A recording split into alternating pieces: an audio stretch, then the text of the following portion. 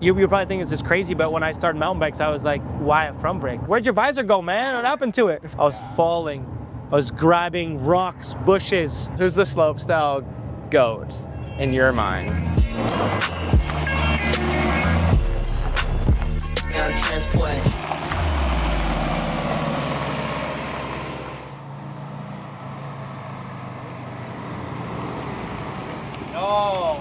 Yo, dude, where are you off to? Bro, I want to ride some dirt jumps. Can we go river jumps? Yeah, dude. Should I throw my bike in the back or what? Jump in. All right. Sup, dude? What's happening? How's it going? Nicholi. What's your name? Remy. Remy. Nice to meet you, Yeah, bro. nice to meet you, man. Dirt jumps, eh? Yeah, please. All right, let's do it. What a rig, huh? Dude, this thing is sick. I've only driven it for about a second though, so How does she drive? no power anything. Oh, so wow.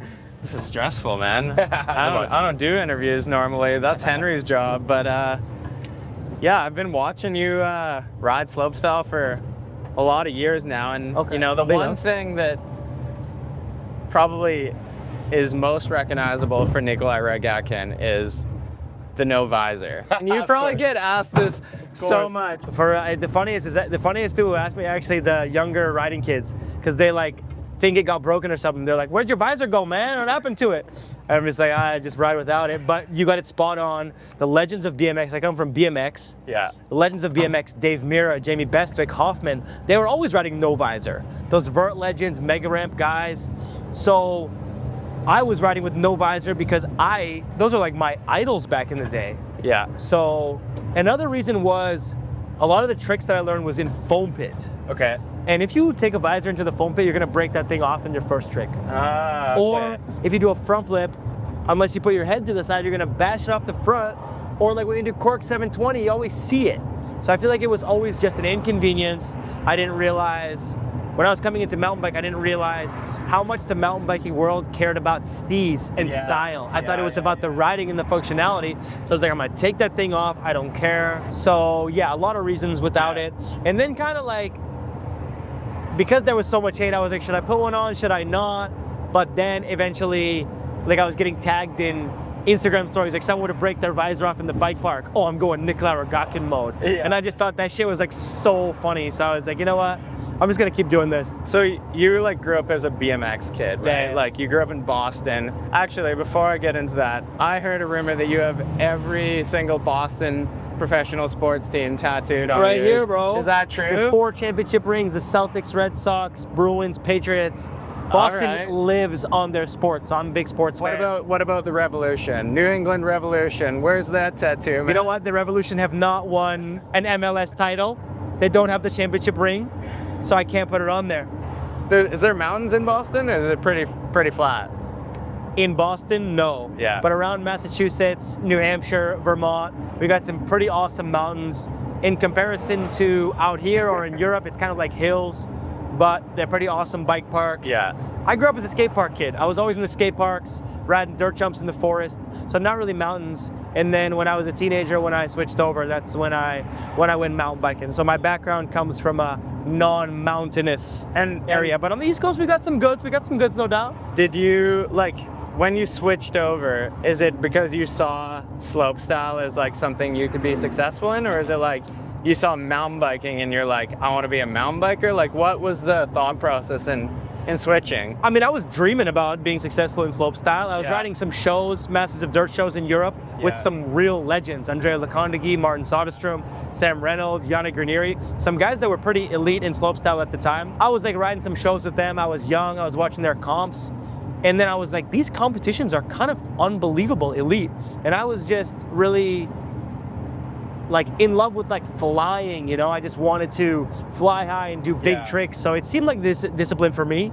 So I kind of chased after it, did both at the same time, BMX and mountain bike slopestyle, I mean, and then just kind of put all my focus on slope, and here we are.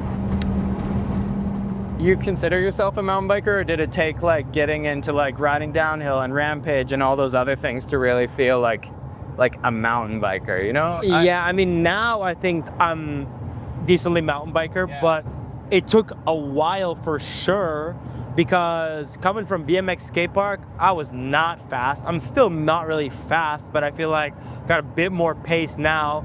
Style was something that I did not even think about. All I cared about was tricks. But like I was saying before, mountain bike cares so much about the steez and the style of the bike that's like almost even more important than the tricks. So that was something that took a while to realize. So yeah, like mountain biking is the skills, is more broad, right? Like braking and like totally feeling the dirt, and like especially when you are like, yeah, I'm a gnarly dude, but like maybe you're like, oh, I'm gonna try Rampage or something. That's like way out of your original scope, right? Bro, absolutely.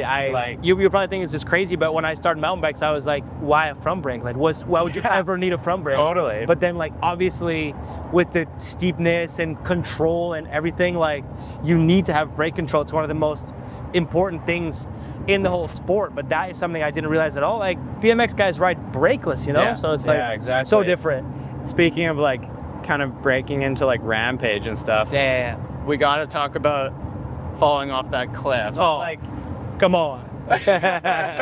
Was that as scary as it looked?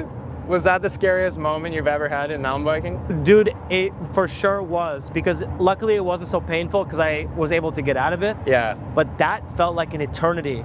I was falling. I was grabbing rocks, bushes. They were disappearing. I was scraping my face in the cliff. I was like flying through the air. I was like, man, is this done? Is this over? Is this my moment? Is this gonna be it? And then I hit the ground and I didn't get knocked out, and I was like, the first thing I see is blood dripping from my face because I scraped my face off the cliff.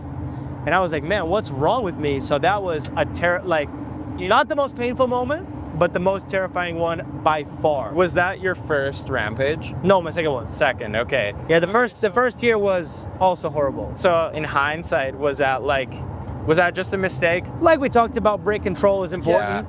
On contest day, things are gnarly.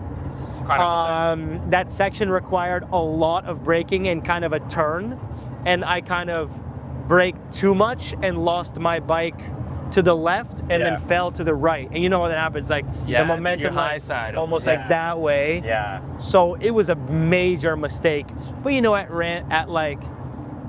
those events, especially Rampage, like the conditions, the stuff is not perfectly watered. Yeah. You're feeling nervous. You're trying to go all fast and high because you're trying to get good score for your run. So it was a massive combination of mistakes that was just an unacceptable moment. Luckily, I was able to get out of it, but oof. Yeah. Do you still want to do events like Rampage, or yeah? Red Bull Rampage is an event that's so legendary. Mm-hmm. Like sometimes if you ask people about mountain biking or tell people about mountain biking, they're like, oh, you mean off those narrow cliffs in Utah? You know, it's like a world-renowned event. What's your favorite event right now? Like that honestly, district ride looked so cool. I was just about to say, honestly, I wish we had more city events, because despite the fact that the courses are definitely like worse and have less natural momentum and they're not as mountain bikey, it's in the city. There's so many fans that are there, and in one event, they learn to love our sport and experience some epic moments. Every rider drops in, and it's just an electric vibe. So I love the city events. District ride in Nuremberg was always awesome, and this one in Groningen, they had the crazy accent in the Netherlands. It was honestly super awesome. So I hope we go back there.